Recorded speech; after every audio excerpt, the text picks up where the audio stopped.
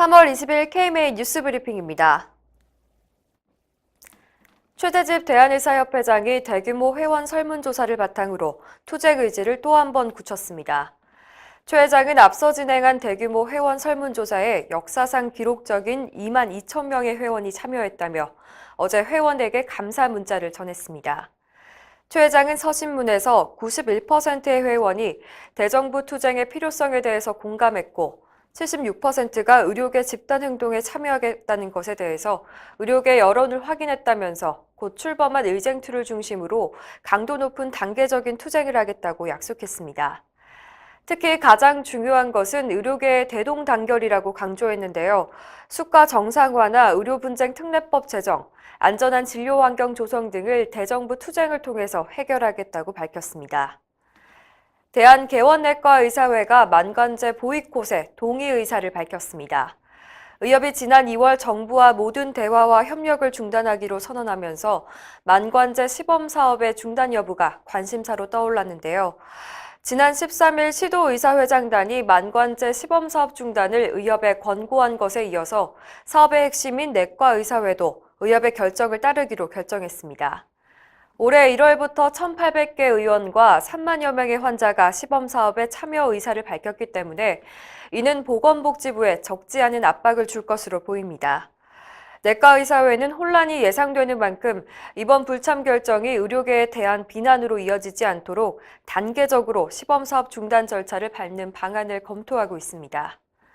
내과의사회의 불참 결정으로 만관제는 물론이고 의료계의 투쟁 동력이 커지면서 대정부 투쟁 양상도 변화를 맞을 것으로 보입니다. 환자가 병원에서 난동을 부렸던 일명 오물투척 사건 기억하십니까? 의사의 생명을 끊어놓겠다며 폭행까지 자행했던 가해자의 구속영장이 기각됐습니다. 법원의 기각 사유는 도주의 우려가 없고 증거인멸의 우려가 없다는 건데요. 이로 인해 피해자의 불안감은 커져가고 있습니다. 해당 병원 관계자는 판사가 가해자가 보낸 70여 개의 협박 문자를 다 읽어봤는지 모르겠다면서 접근 금지 가처분을 신청하고 싶어도 집 주소가 가해자에게 노출될까 봐 진행할 수 없었다면서 두려운 심경을 전했습니다. 피해 의사 또한 경찰에 보호를 요청했지만 받아들여지지 않아 답답함을 토로하고 있습니다. 박종혁 의협 대변인은 구속영장이 기각된 것에 대해서 납득할 수 없다고 밝혔는데요. 집요하게 수개월 동안 의료진을 협박하고 재발 위험이 높은 상황에서 구속을 하지 않는다면 대체 어떤 걸 구속해야 하는 것이냐며 반문했습니다. 김혜영 의협 법제이사는 기각 결정으로 인해서 이런 지속적인 협박과 같은 행위가 사회적으로 용납될 수 있다는 잘못된 인식을 심어줄 수 있다고 우려했는데요. 의료기관 내 폭력 사태에 대해서 더 엄정한 수사가 필요하다고 강조했습니다. 고 윤한덕 국립중앙의료원 중앙응급의료센터장과 고 임세원 강북 삼성병원 교수가 유공훈장을 받게 됐습니다. 국민의 복지와 건강 증진에 기여한 공로로 각각 최고 등급의 유공훈장을 받게 됐는데요. 고 윤 센터장에게는 국민훈장 무궁화장이, 고 임 교수에게는 청조근정훈장이 수여될 예정입니다. 지난 설 연휴에 업무를 하다 집무실에서 숨진 고 윤 센터장은 닥터 헬기를 도입하고 권역 외상센터를 출범시키는 등 국내 응급의료 체계 구축을 위해서 평생을 헌신해 왔습니다. 고 임세원 교수는 자신의 우울증 치료 경험을 토대로 환자를 치료하는 데에 전력을 다해 왔습니다.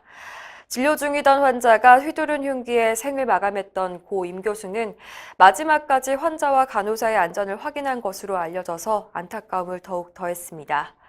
보건복지부는 다음 달 5일 보건의 날 기념행사에서 고 윤 센터장과 고 임 교수의 유가족에게 각각 훈장을 전달할 예정입니다. 최근 고호사가 인공혈관 공급을 중단하기로 해서 논란이 됐는데요. 바른의료연구소는 국제보건기구에 전달한 서신에서 그 책임이 정부에 있다고 전했습니다.